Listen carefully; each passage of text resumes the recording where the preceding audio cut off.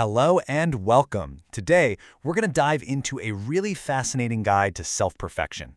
It's all about the relationship between ourself, our soul, and this huge concept called the trust. And trust me, it's an idea that might just change how you see everything.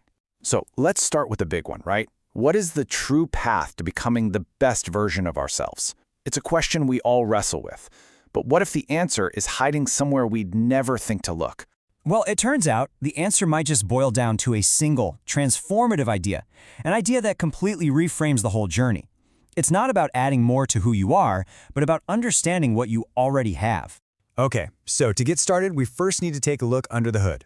We need to map out the core components of our inner world. Basically, we need to see what tools we're working with. According to this framework, our inner world has three key players. First is the self. That's your core being, the essence of you. Then you have the soul, which is like your deeper spirit. And finally, there's the ego. Now, the ego here isn't necessarily a bad guy, but it's described as the part of us that can kind of go off the rails if we're not careful. Now here's where it gets really cool.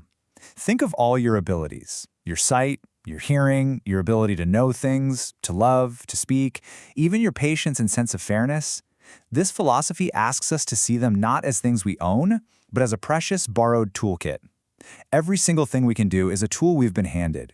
And, having a toolkit is one thing, but how you choose to use it, well, that's everything.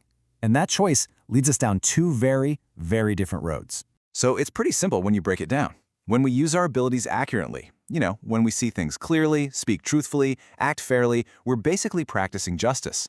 And that makes us a trustworthy self. But when we misuse those same tools, it leads to unfairness, which is seen as a fundamental betrayal of the trust that was placed in us.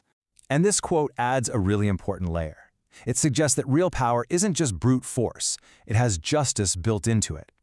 And true justice isn't just cold and calculating, it has to be combined with mercy and power. It means we're meant to use our abilities not just correctly, but also with a sense of compassion.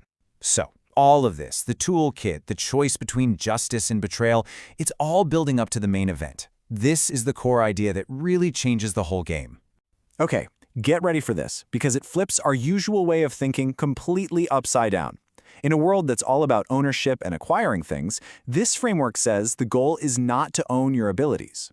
Instead, the goal is to be their guardian, to safeguard them. Think about that shift. You're not the possessor, you're the protector. You're not an owner, you're a trustee. That's a huge difference. And this quote just hits it home perfectly. Our abilities, our talents, our very being, it's all a trust, an emanet, that we're holding on to for a while. The real point of self-perfection then isn't to get more for ourselves. It's to honor that trust so that one day we can return it well cared for and used for good to its original owner. All right, so if that's the goal, to be a worthy trustee, how in the world do we get there? Well, it turns out there are three distinct paths you can take to achieve this. So path number one is refining the self, which is basically working on your own limitations. Path two is purifying the soul, which is all about educating your spirit. And then there's the third option, the way of trust. And this one is about focusing directly on becoming trustworthy with the trust you've been given.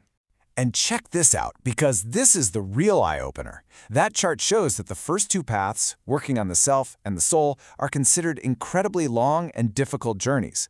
But that third path, the way of trust, is shown as being the shortest, most direct route by far. The big idea here is that focusing on your role as a trustee is the ultimate shortcut to self-perfection.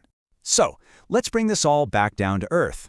What does this mean for us in our everyday lives? How do we live like a trustee? The ultimate takeaway is really this. We can stop thinking of self-improvement as this frantic race to get more, learn more, be more. Instead, we can just focus on becoming a better steward of the incredible toolkit we've already been given. It's about asking ourselves, how am I going to use my sight, my hearing, my heart, with justice and with mercy today?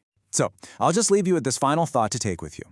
If every single one of your abilities, from the most basic to the most amazing, is a sacred trust, what's one thing you can do today to honor it? How will you prove yourself a worthy trustee?